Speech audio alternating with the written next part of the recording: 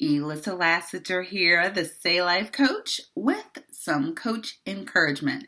Get more of this at my YouTube channel at the Say Life Coach and also www.thesayLifeCoach.com. Hello, coaches. How are you today? I hope you guys are having a fantastic day. I know many of you may be watching the replay of this or maybe watching it as a later date, at a later date. So for those who are watching on today, happy Juneteenth. Today is June 19th, where we commemorate this very, very special day. So I wanted to make sure I give that a shout out as well. So, hey everybody. So if you are wondering how to get your first client, I'm probably going to do a longer video about this, but I just want to tell you just some really quick tips that's going to help you get your very first client. So I know, again, some of you may have been, you've got your coach training, you're ready to get this launched, you're ready to get this thing going, but how do you get that very first one?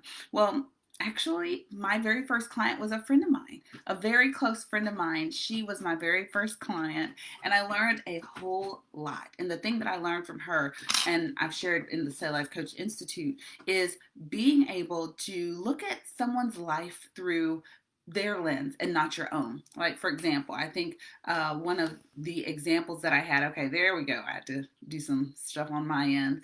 But one of the biggest examples that I had was the way that this particular friend looked at relationships.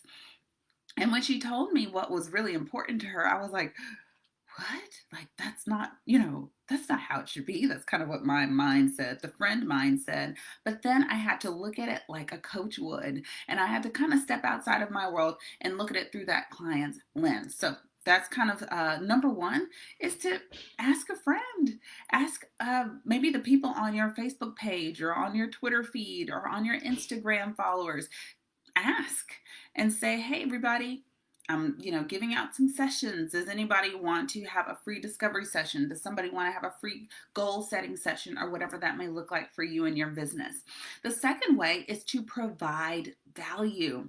How can you provide value to someone else's life? And again, in the Say Life Coach Institute, we talk about it all the time. People are tuned into WIIFM. What's in it for me? And it's not necessarily a bad thing, but how can you add value to their lives? What's something interesting, informative, helpful that you can provide? And certainly it could come in the form of a free session. It could be the form of a webinar. It could be in the form of an inspiring, motivating post, an encouraging post, or an encouraging word. Some of you who are in the more spiritual arena or niche with your coaching, it may be a scripture. It may be a video like this one. So be mindful of some ways that you can add value to other people's lives. And yes, being a coach is amazing. It's helpful, certainly, to add value to our lives in the form of being able to help other people, being able to walk out your calling, and then also in the form of income. But how can we provide value to others' lives? And I think really when you're talking about a client-centered practice, it all comes back down to that. When you present that value, give them a way to get back in touch with you. Give them a way to get in touch with you, or to get maybe their email address, their phone number. I don't know if you do snail mail, their address, but find a way to connect. Find a way to connect as well. So the third way that you can get your very first client is to really get in touch with that ideal client, getting in touch with what they need, seeing what keeps them up at night, what keeps them from going to bed at night, what wakes them up early in the morning. What are some of those things that they truly do want to achieve? And you never know, getting in touch with your ideal client, it may be you. You may have been your ideal client at some point. So what are some of those things, if you happen to be your own audience or have been your own audience at one particular point in your life? Kind of have that conversation with yourself. Have that conversation with the you that you always needed. And that will help you understand the needs better of the people that you're going to serve. So just some really quick ways, certainly getting to know your ideal client, providing value, and then just asking. That can be open up the door to, honestly, your very first client. That may be a client for a good while and can stick with you and be one of your day ones. So again, take some step today take a step. What are you going to do for your business? What are you going to do for your coaching practice?